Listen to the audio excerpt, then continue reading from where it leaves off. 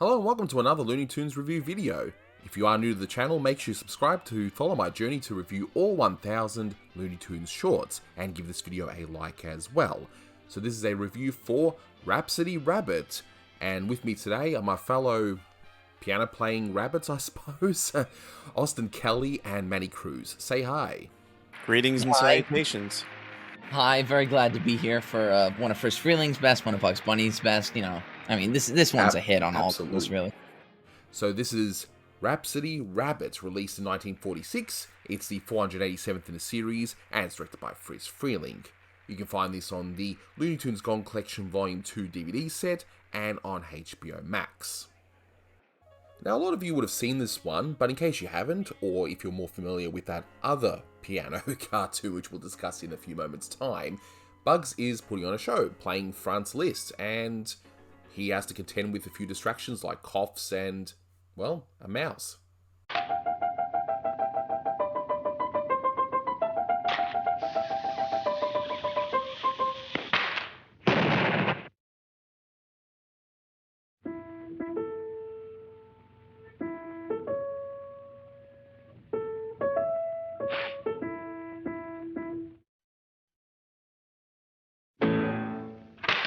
When I had to take down the audio commentary for this one, I was absolutely shattered because this was one that I was particularly proud of. But thanks to my good friend Blue Genocide, he has done a fantastic re-edit of that audio commentary track, which not only has this cartoon, but it also has Cat Concerto. So make sure you grab some popcorn and enjoy.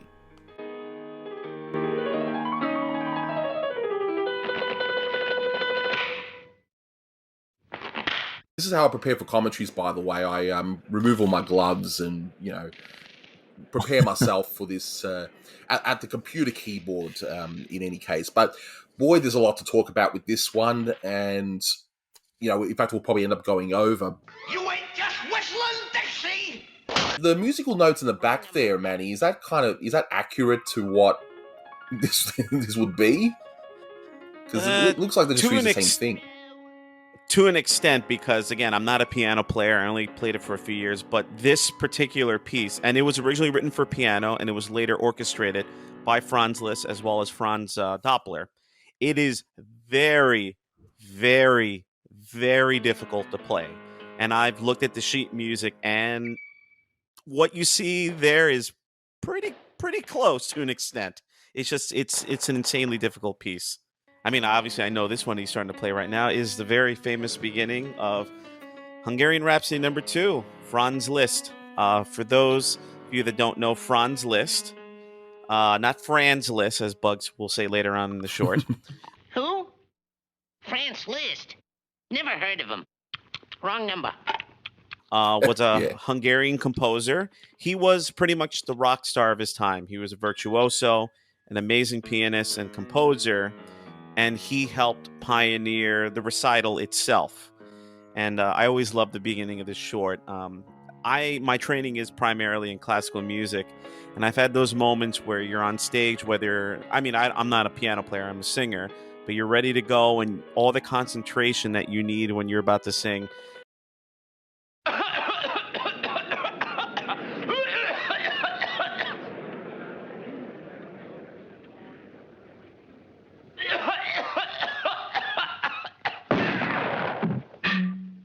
And coughing, I understand here and there, but, you know, somebody starts chit-chatting.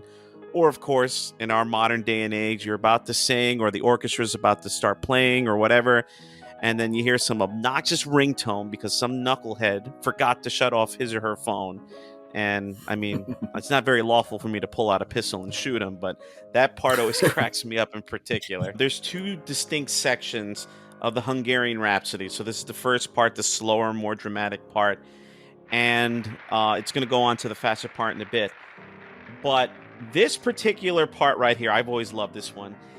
I haven't found any information if it's a specific piece. It just might be something that Carl Stalling wrote up in a boogie woogie style. But I love the contrast that goes right on here. And I never knew how well a mouse could play a walking bass line. I love this part.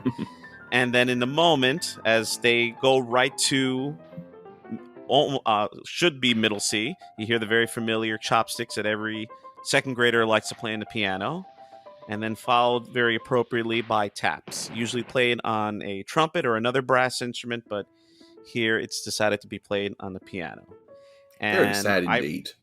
I love right here when the Bugs opens up the lid and the accent with the mallet, dum, right there. And now here comes Beautiful. the second part of the piece. So for those of you that know music, the first part of the Rhapsody is in C sharp minor, and this part is in F sharp major, if I'm not mistaken. Again, if I had the sheet music, it'd be a lot easier to let you know, but that's what I hear right now. And this one is, well, both parts of the piece are based on Hungarian music that Liszt grew up hearing, folk music, and this is the second of 19 Rhapsodies that he composed in general. And it's probably his most famous one, I would say, given how many times. I mean, Friz used this quite a few times, especially in Rhapsody Rabbit. It's one of my favorite. Yes, definitely. Friz One of my shorts. favorites as well.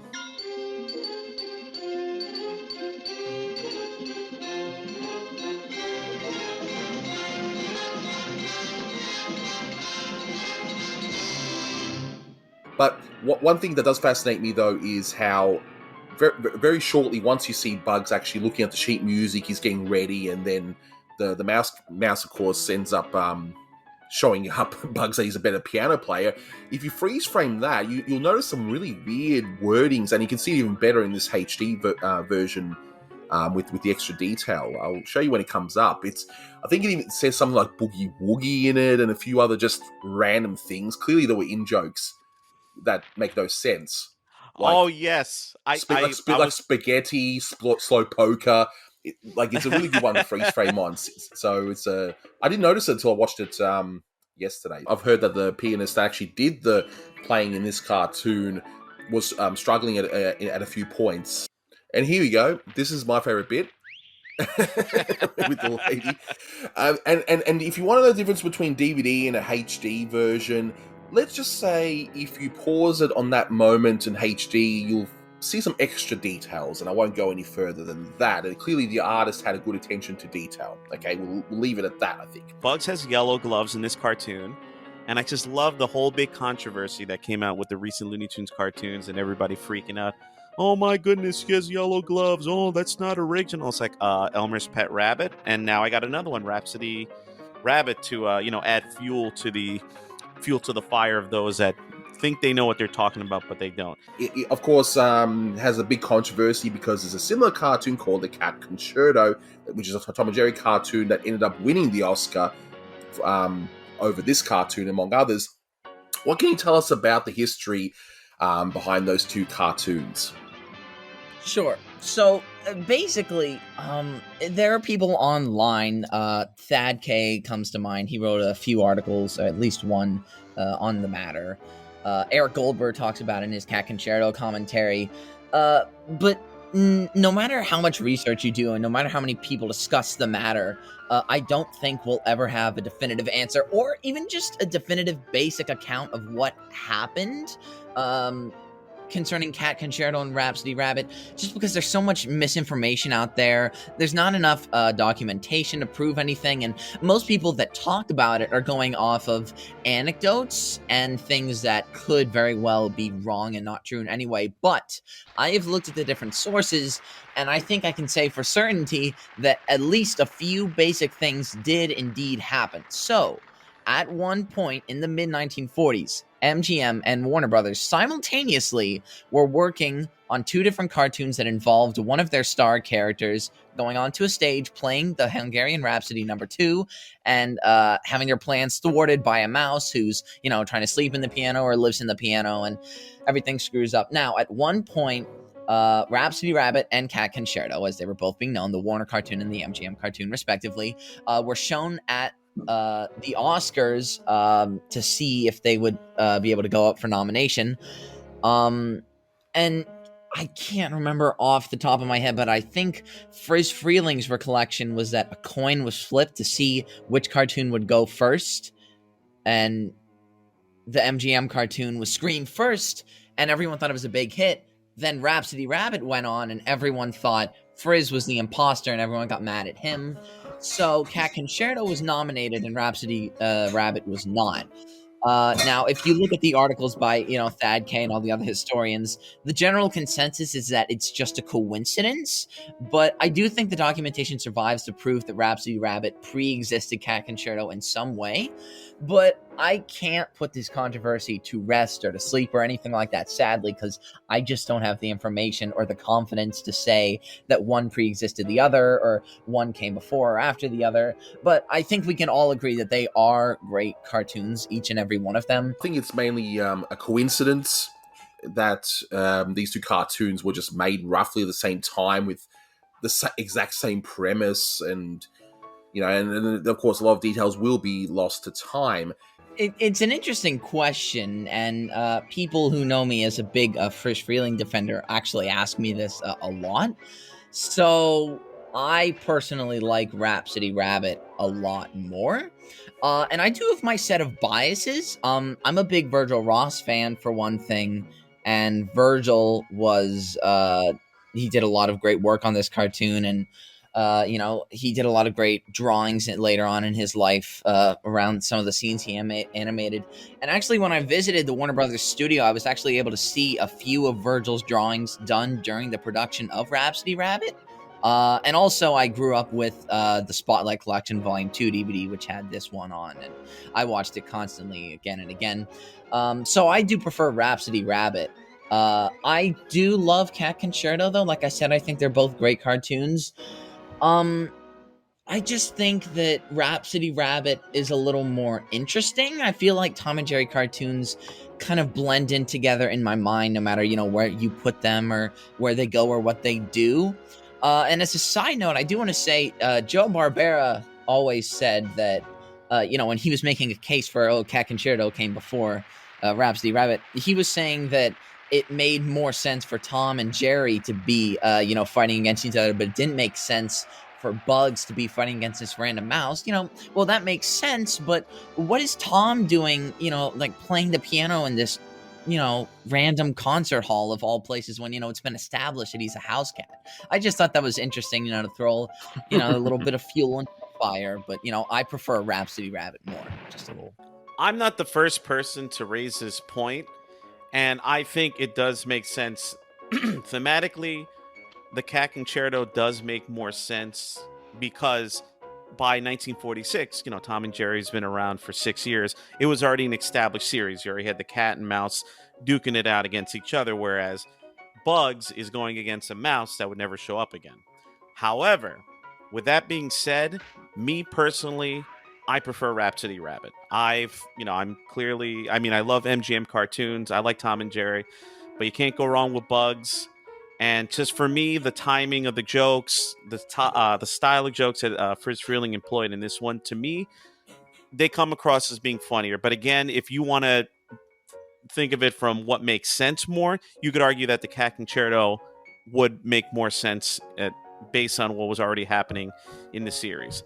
Don't get me wrong, it's still a phenomenal cartoon, and it definitely deserved winning the Academy Award for 1946. But I guess you could say, Friz Freleng got the last laugh. He took a loss for this one, but he made up for it in 47 with Tweety Pie. So, he got the last laugh in this case. Hey everyone, Blue here. I've been listening to these three idiots talk and talk and talk for about 3 hours now. So I quickly wanted to add my 2 cents, and Anthony wanted me to anyways. I wasn't able to make the original recording of Rhapsody Rabbit, but I did do a commentary on Cat Concerto, which is currently lost. I'm looking through my files, I couldn't find it, or I would have thrown it in this video too. I think they're both some of the greatest cartoons in animation. I think that has a lot to do with how good Hungarian Rhapsody is for animation. It's such a good piece, and I think my favorite use of it is honestly in the Animaniacs movie, Wacko's Wish. If you've ever seen that, that's a wonderful use of it. But out of these two cartoons, I think I prefer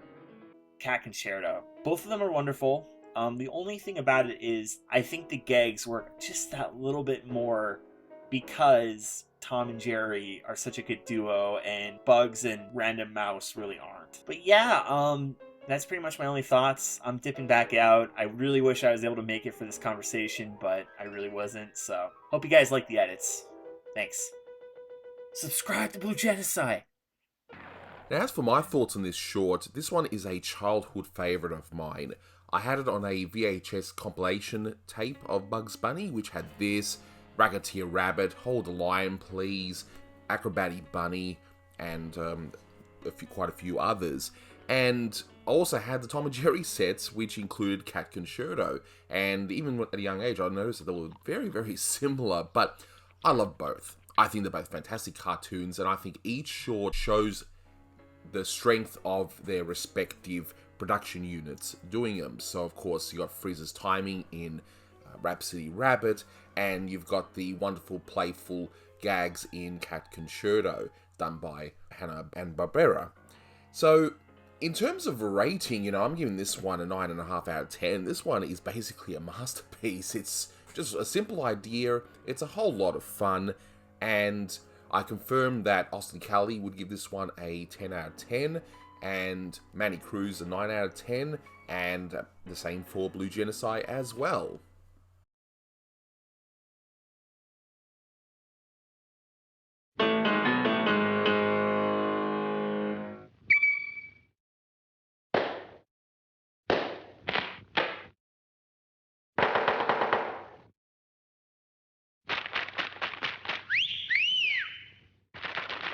And I guess comparing the two might be like, in my case, I love salted caramel ice cream and I love boysenberry ice cream.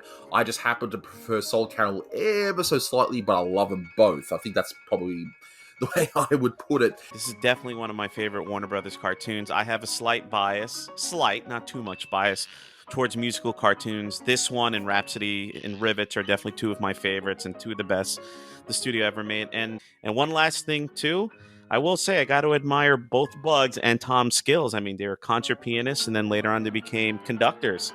And I have several people I know who do both, and I'm like, it's not easy to do one, but to do both, and, in the case of Bugs and Tom having to deal with the crazy mouse, it's not easy.